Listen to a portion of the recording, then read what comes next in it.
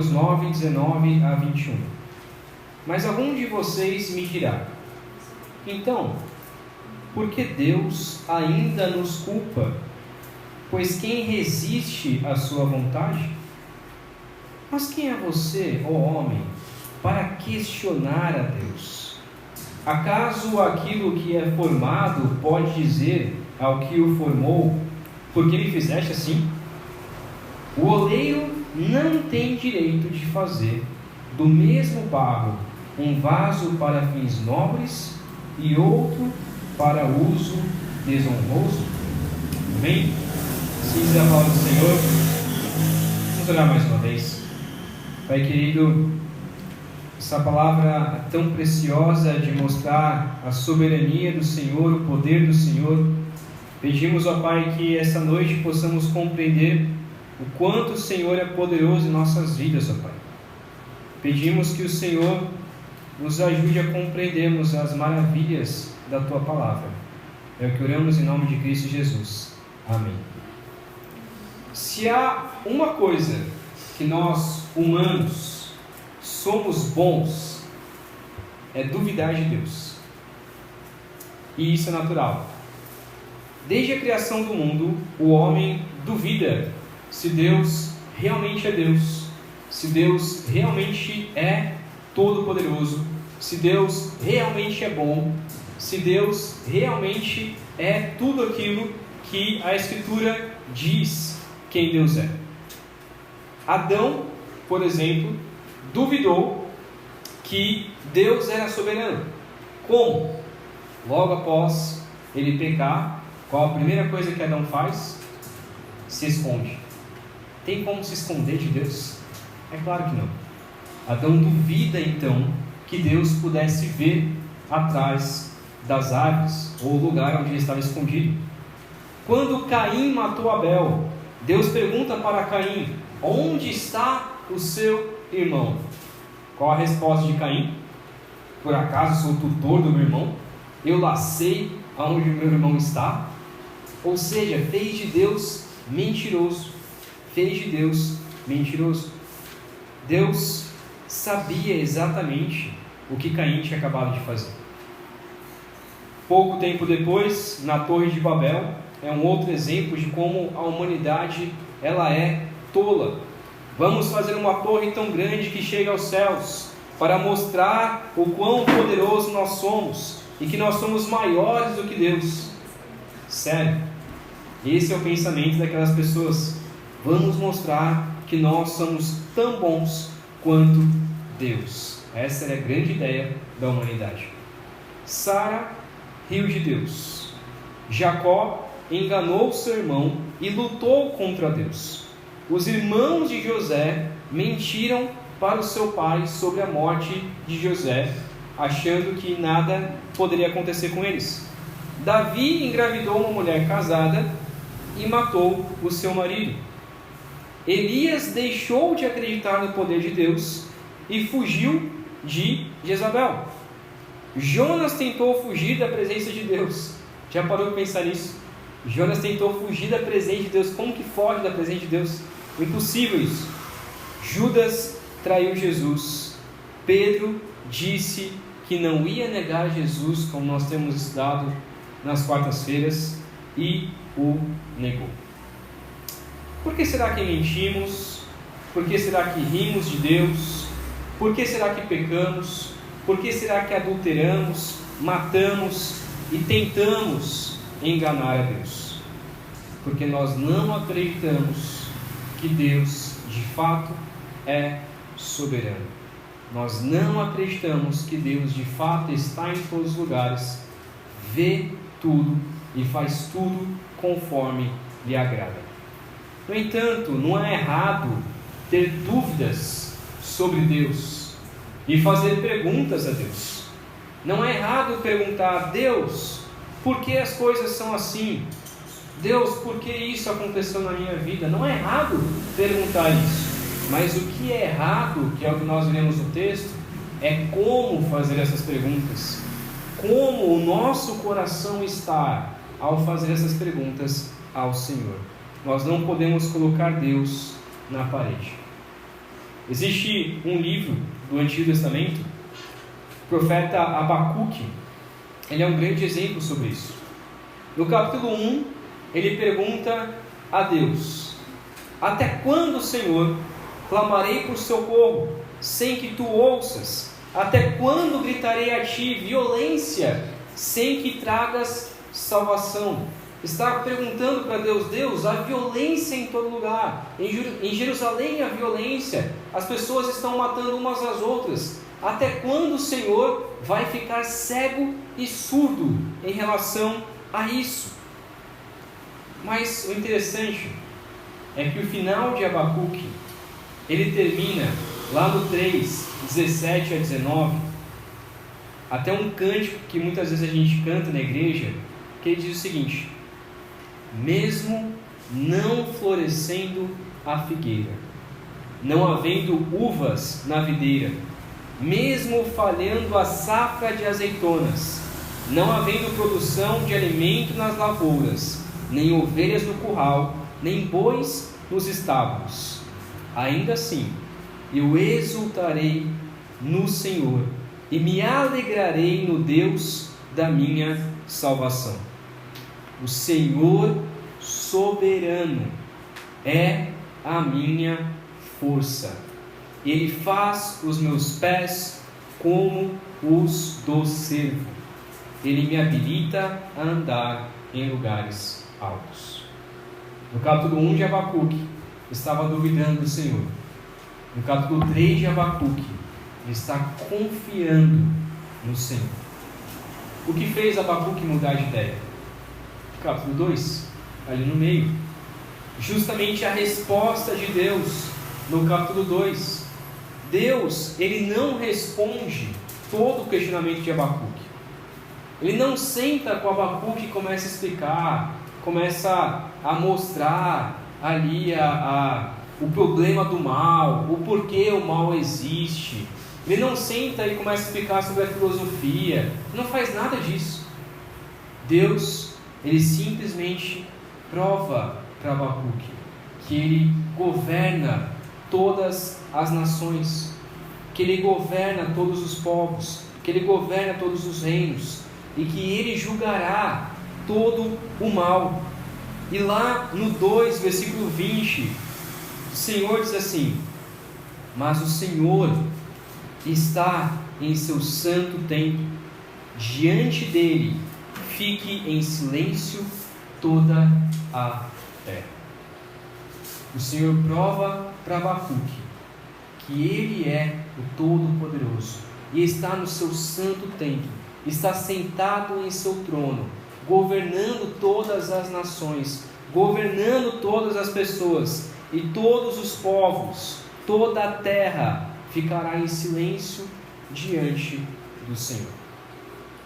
Deus não responde todas as dúvidas de Abacuque, ele simplesmente prova o quanto ele é poderoso.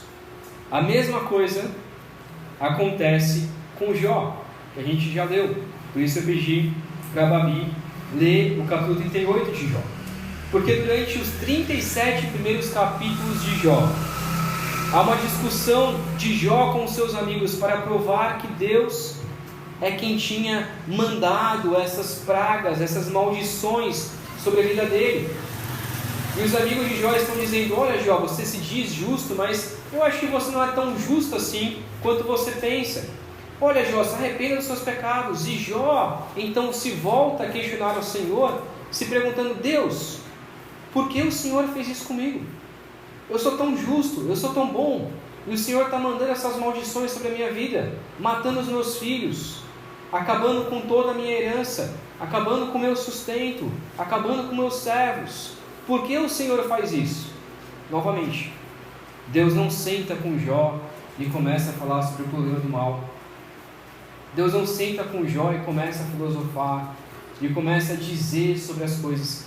Ele simplesmente, no capítulo 38, começa a perguntar para Jó. Eu quero ler novamente o versículo de 1 a 3. Jó 38. Eu vou ler novamente 1 ao 3. Então o Senhor respondeu a Jó no meio da tempestade, ou seja, provando que Ele é um Deus todo-poderoso. No meio da tempestade, uma tempestade cai, e o Senhor começa a falar: quem é esse que obscurece o meu conselho com palavras sem conhecimento? Prepare-se como simples homem, vou fazer-lhe perguntas, e você me responderá. Então Deus está aqui colocando: você me colocou na parede, Jó, agora eu vou te colocar na parede. Agora eu vou começar a falar quem é você para ficar questionando o meu entendimento, o meu conhecimento. Ele diz no versículo 3: prepare-se como simples homem, você não poderá me responder as minhas perguntas. Então ele começa. Eu queria que você olhasse para o seu coração essas perguntas. Primeiro, aonde estava você, Jó? Onde estava você, Samuel, quando lancei os alicerces da terra? Respondem, se é que você sabe tanto. Quem marcou os limites das suas dimensões? Talvez você saiba. E quem estendeu sobre ela a linha de medir? E os seus fundamentos sobre o que foram postos? E quem colocou sua pedra de esquina enquanto as estrelas matutinas juntas cantavam e todos os anjos se regozijavam? Deus começa a perguntar aqui para Jó: você me colocou na parede? Agora eu quero te perguntar, Jó, aonde você estava quando eu criei o mundo? Se você é tão poderoso assim, se você é tão importante assim, é tão justo assim, cadê você quando eu criei o mundo? Você sabe por acaso a medida da terra por completo? Não há como saber. Jó, você não sabe de nada. Eu sei de tudo. Eu sou o Deus Todo-Poderoso. Jó, então, ele entende, a sua resposta diante disso é: antes eu conhecia o Senhor só de ouvido, mas agora os meus olhos viram o Senhor. Agora eu presenciei o Senhor, e agora eu sei quem de fato o Senhor é. O Senhor é o Deus Todo-Poderoso, o Deus soberano. Semelhantemente, então, acontece com Paulo, aqui no capítulo 9, em que ele começa a falar sobre a soberania de Deus na salvação, o quanto Deus é poderoso, o quanto Deus é soberano, e o quanto Ele faz conforme lhe apraz, conforme Ele quer. Ele diz então, nos versículos anteriores, que Deus tem misericórdia de quem quer e salva a quem Ele quer. Ele julga quem Ele quer e salva quem Ele quer. Deus pode fazer o que Ele bem entender. E até aqui, então, nós deveríamos simplesmente aceitar isso. Ok, tudo bem. Eu entendo que Deus é soberano. Eu entendo que Ele salva quem Ele quer. Eu não posso questionar a Deus porque Ele me salvou e porque Ele não salvou o meu vizinho. Eu entendo isso. E tudo bem. Eu me calo e pronto. Seria fácil assim. Mas o ser humano, ele gosta de questionar. Ele gosta de saber de tudo. Ele gosta de ter todos os detalhes. E é justamente o que acontece nesses versículos, do 19 ao 21. Paulo, é interessante que ele, para mim, um dos humanos talvez mais inteligentes que viveram na Terra, porque a forma da escrita de Paulo é bem interessante. Ele já faz uma pergunta, já adianta uma pergunta. Então é como se Paulo estivesse escrevendo aqui, e aí ele toca num ponto, e aí talvez Paulo pense assim: poxa, esse ponto aqui, as pessoas vão ter dúvidas, os judeus vão ter dúvidas, então eu vou responder essa próxima dúvida. E então Paulo, ele pergunta, ele faz essa pergunta, né? Versículo 19: algum de vocês me dirá então, por que Deus ainda nos culpa? Pois quem resiste à sua vontade? Então Paulo está dizendo: olha, diante do que eu falei, que Deus tem misericórdia de quem Ele quer, vocês vão fazer então a seguinte pergunta, e agora eu vou responder. Então Paulo já adianta, né? Ele já sabe muito bem, ele já adianta todo o processo. Por isso, na nossa estrutura aqui, nós encontraremos uma primeira pergunta que Paulo faz, e Deus ele responde, e essa é a parte mais interessante também. Paulo ele responde com duas perguntas. Essa maneira de responder é como Sócrates, o filósofo Sócrates, ele ensinou que muitas vezes você não precisa responder com uma resposta, muitas vezes você precisa responder com uma pergunta. Então, que muitas vezes é mais efetivo você fazer a pessoa pensar na própria resposta. Então, é como se, né, eu estivesse com um café na minha mão, e aí de uma forma bem nordestina, né, alguém me perguntasse: isso aí na sua mão é café? Aí o que você responde? Oxe, tá vendo que é café não? Então o que eu fiz? Eu respondi com uma pergunta. Talvez fui um pouco ignorante, mas eu respondi com pergunta, não respondi com uma resposta, respondi com pergunta. E é isso que Paulo faz aqui. Então a pergunta inicialmente é: por que Deus ainda nos culpa? Ele dá duas respostas. A primeira é: por acaso podemos perguntar para Deus, por que nos fizeste assim? E a segunda pergunta é: o oleiro não tem direito sobre o barro? Então Paulo ele responde com essas duas perguntas, que é o que veremos.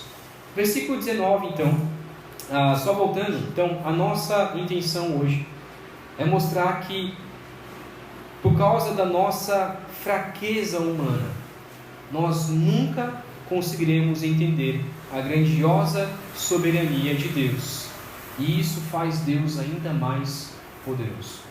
Então, por causa da nossa fraqueza humana, porque nós somos fracos, nós nunca conseguiremos entender a grandiosa soberania de Deus, e isso faz de Deus ainda mais poderoso. Então, a primeira pergunta, versículo 19, é uma pergunta que nós faríamos. Ele pergunta o seguinte: por que? Então, versículo 19: mas alguns de vocês me dirá: então, por que Deus ainda nos culpa? Pois quem resiste à sua vontade? A ideia aqui, então, essa pergunta, parece meio estranha essa pergunta, mas é uma pergunta que surgiria no nosso coração. E é a seguinte: ok, se Deus é o Todo-Poderoso e tem misericórdia de quem Ele quiser, então por que Deus nos culpa dos nossos pecados? Por que Ele se queixa, como diz outra versão, por que Deus se queixa que os ímpios cometem pecado? Afinal, Deus ele se ira com os ímpios. Deus se queixa porque os ímpios pecam. Deus ele culpa os ímpios.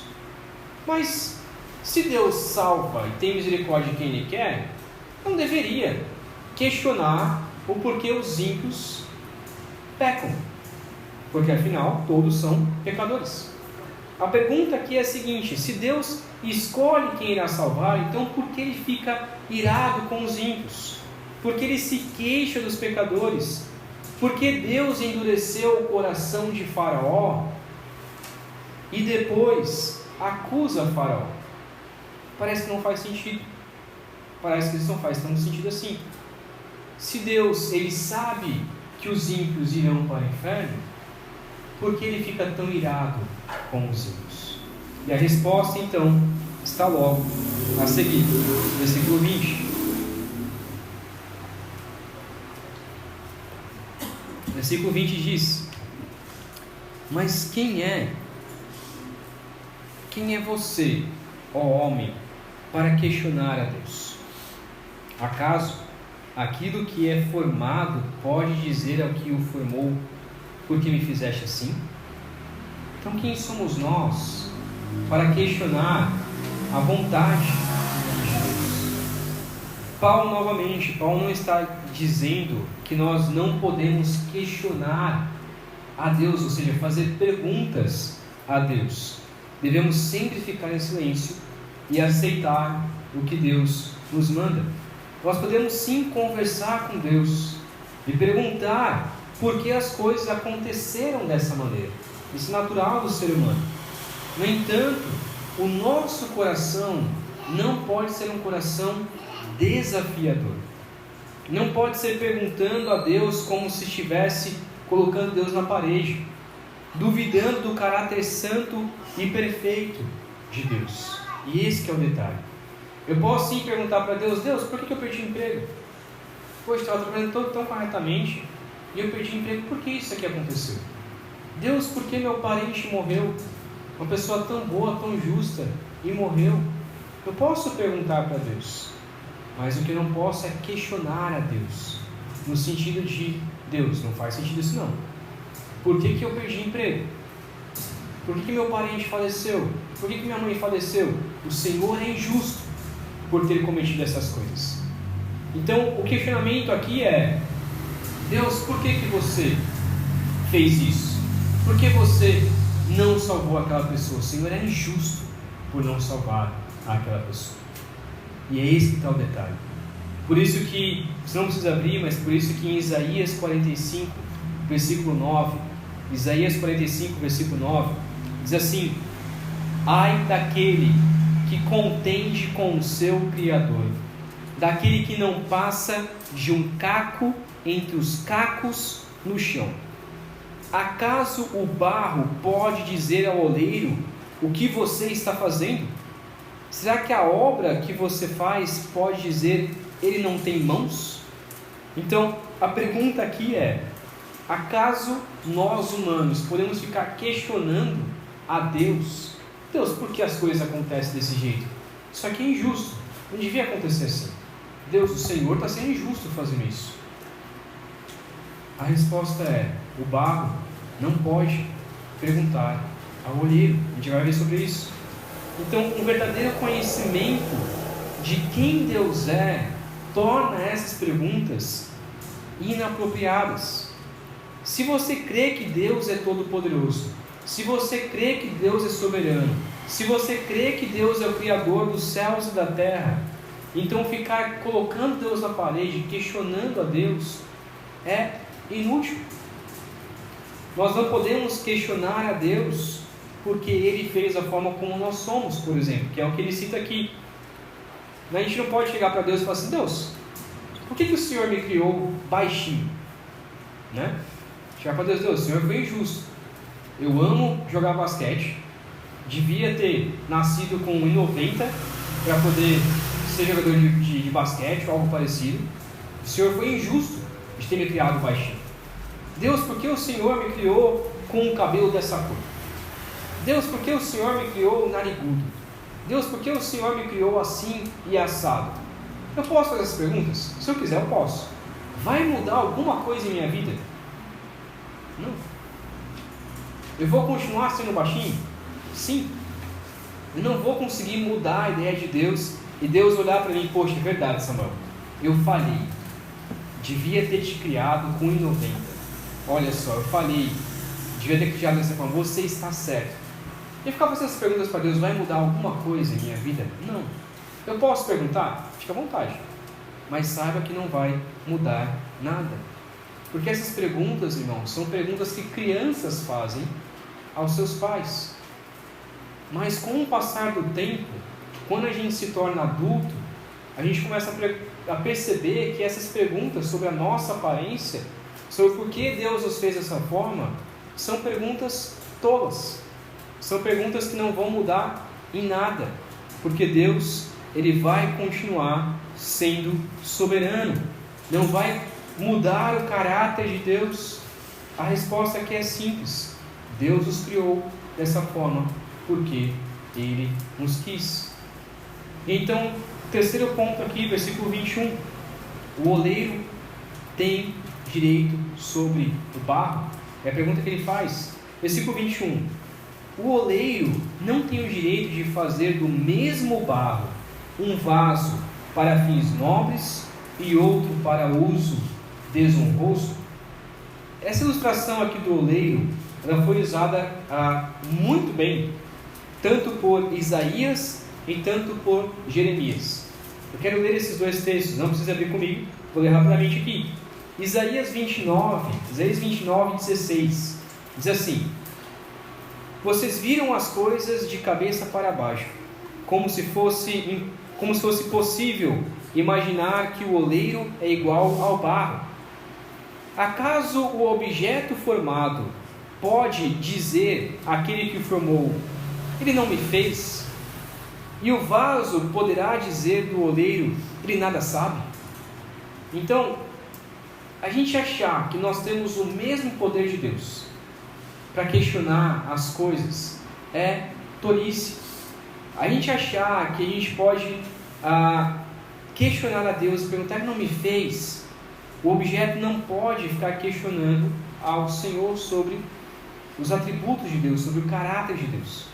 Jeremias 18, 4 a 6, ele também usa a mesma ilustração. Jeremias 18, 4 a 6. Mas o vaso de barro que ele estava formando se estragou, e aqui é Deus usando essa ilustração, em suas mãos, e ele o refez, moldando outro vaso de acordo com a sua vontade. Então o Senhor dirigiu-me a palavra: ó comunidade de Israel, será que não posso eu agir como vocês, com vocês, como fez o olheiro? Pergunta o Senhor. Um barro nas mãos do olheiro, assim são vocês as minhas mãos, ó comunidade de Israel. Deus, ele manda Jeremias ir até a casa do oleiro, e quando Jeremias chega à casa do oleiro, Deus começa a mostrar para ele o que ele irá fazer com Israel. O oleiro estava moldando então aquele vaso, e aquele vaso se desmancha em suas mãos. Ele pega aquele vaso, aquele barro, aquela argila, e começa a moldar novamente, até que aquele vaso se tornasse um vaso perfeito. E é isso que Deus está mostrando aqui, que existem vasos que são para usos ruins, que são vasos estragados. Existem vasos que Deus vai reconstruir do zero, vai moldar de novo para ser um vaso útil. Um outro texto, se você quiser anotar, que fala sobre isso também, é Provérbios 16:4, que nós já lemos na semana passada.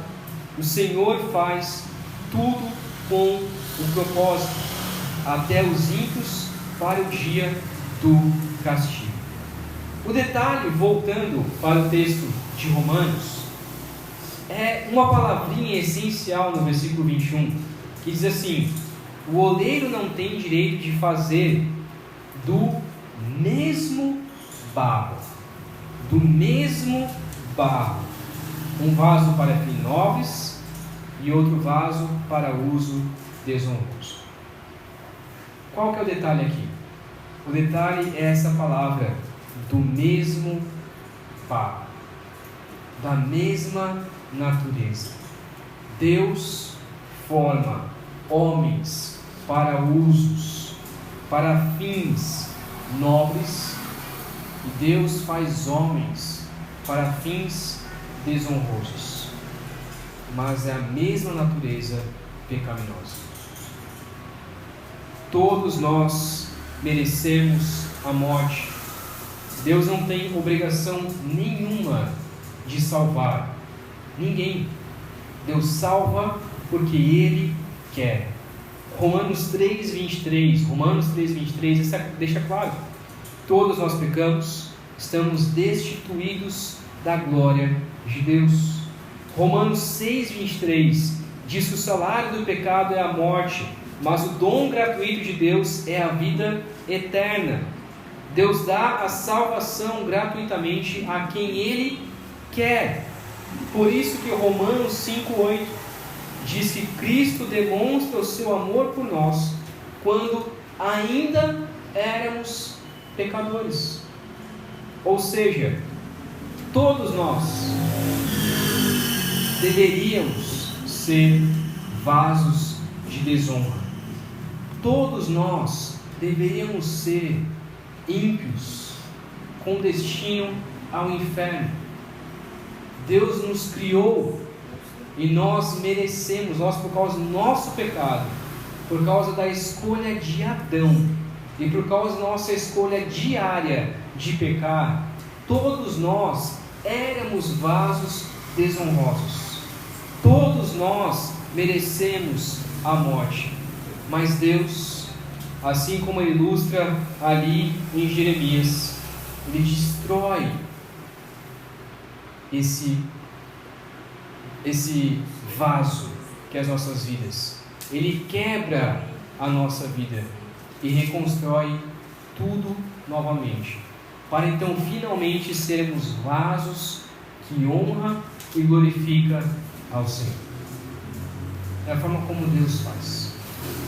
No entanto, indo já para o nosso final aqui, isso não isenta, isso não tira da nossa responsabilidade, como nós já falamos. Faraó, como ele cita nos versículos anteriores, teve grandes oportunidades de aprender sobre Deus, de crer no Senhor. Ele viu as 10 pragas acontecendo. Ele poderia naquele momento ver o quanto que o Senhor é grandioso e crer nele. No entanto, escolheu se rebelar. Na soberania de Deus, com o propósito de Deus, Faraó se rebelou. Paulo, então, ele não vai nessa carta desenvolver a nossa responsabilidade humana, pois o seu tema é a soberania de Deus. Mas no restante da Escritura nós vemos que o homem também é responsável pelas suas ações. Uma coisa não anula a outra, mesmo que a nossa mente finita não seja capaz de compreender o agir de Deus. Como que Deus salva? Nós escolhemos ao Senhor, sim, nós podemos dizer, eu me arrependi, eu criei em Deus. No entanto, Deus, antes da criação do mundo, o meu nome já estava escrito no livro da vida. Antes que existisse pecado, Deus já sabia que iria me salvar. Deus já me predestinou, já me escolheu. Mas eu também, humanamente falando, eu tive o processo de me arrepender e crer no Senhor. Como isso acontece? Por que isso acontece? Como nós podemos entender isso? Não podemos. Não podemos. Porque Deus é tão grandioso, mas tão grandioso, que nós não conseguimos entender. Por isso que o nosso papel é o que diz lá em 2 Timóteo 2, 20 a 21. Vou ler aqui, 2 Timóteo 2, 20 a 21. Diz assim: numa grande casa há vasos, não apenas de ouro e prata, mas também de madeira e barro, alguns para fins honrosos, outros para fins desonrosos. Se alguém se purificar dessas coisas, será vaso para a honra, santificado, útil para o Senhor e preparado para toda boa obra. O que nos importa é pensarmos em vivermos como vasos de honra e não de desonra. Se você acha que não tem honrado a Deus com a sua vida, peça a Ele para destruir a sua vida, para quebrar esse vaso desonroso, esse vaso que não glorifica o Senhor. Peça para Deus quebrar este vaso e fazer um vaso novo, fazer uma vida nova, te dar um coração novo que o glorifica. Por que Deus faz essas coisas? Nós não sabemos os propósitos de Deus, mas nós sabemos que Deus é santo e justo, e tudo o que Ele faz é santo, justo e bom, simplesmente porque Deus quer. Quero fazer então algumas aplicações para encerrar. Primeiro, tome cuidado ao questionar a Deus. Nós podemos fazer perguntas ao Senhor, mas tome cuidado, sonde o seu coração para ver se as suas perguntas não são perguntas com má intenções, não são perguntas questionando o caráter do Senhor. Segundo, ainda que você esteja enfrentando dificuldades em sua vida, ainda que você esteja com realmente uma vida de sofrimento, com morte, com perda, seja no seu casamento, seja no seu trabalho, seja na sua escola, na faculdade, na sua família, ainda que haja tantas dificuldades, creia que Deus, Ele é soberano. Creia que Deus é o Todo-Poderoso.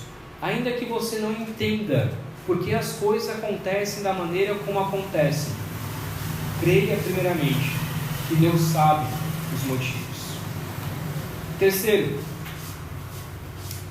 quando você passar então por alguma luta, alguma dificuldade, pergunte a Deus: Deus, por que essas coisas estão acontecendo? Mas lembre-se que Ele faz tudo conforme Ele quer, mesmo que você não entenda o porquê. E muitas vezes nós não iremos entender. Muitas vezes nós não obteremos a resposta do Senhor.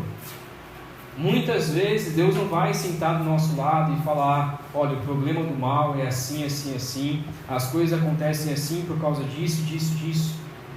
Mas muitas vezes, como Deus fez com Jó, como Deus fez com Abacuque, de alguma maneira Ele vai mostrar que Ele é poderoso.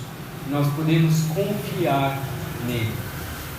E por fim, lembre-se, não somente que Deus é soberano, mas que nós somos fracos, humanos, com entendimento limitado. Nós não somos deuses. Deus tem todo o conhecimento, nós não.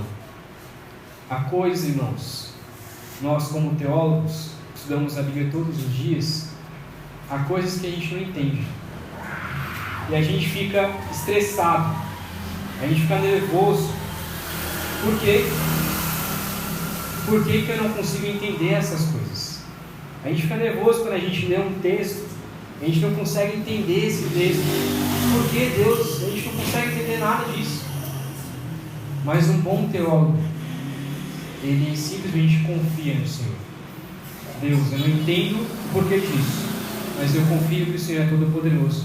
E cada vez mais que nós passamos a conhecer a Deus, Agostinho falava isso, cada vez mais que eu conheço a Deus, mais eu vejo o quanto eu sou fraco, o quanto eu sou limitado, o quanto eu não sou Deus.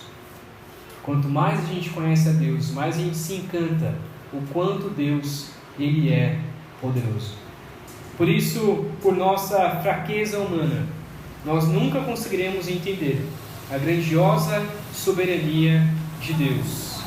E isso faz de Deus ainda mais poderoso. Amém? Vamos orar. Pai querido, sabemos, ó Deus, que o Senhor é Deus Todo-Poderoso. Sabemos que nunca iremos conseguir entender os seus propósitos, a sua vontade, o seu querer. Nunca conseguimos entender o que o Senhor determina.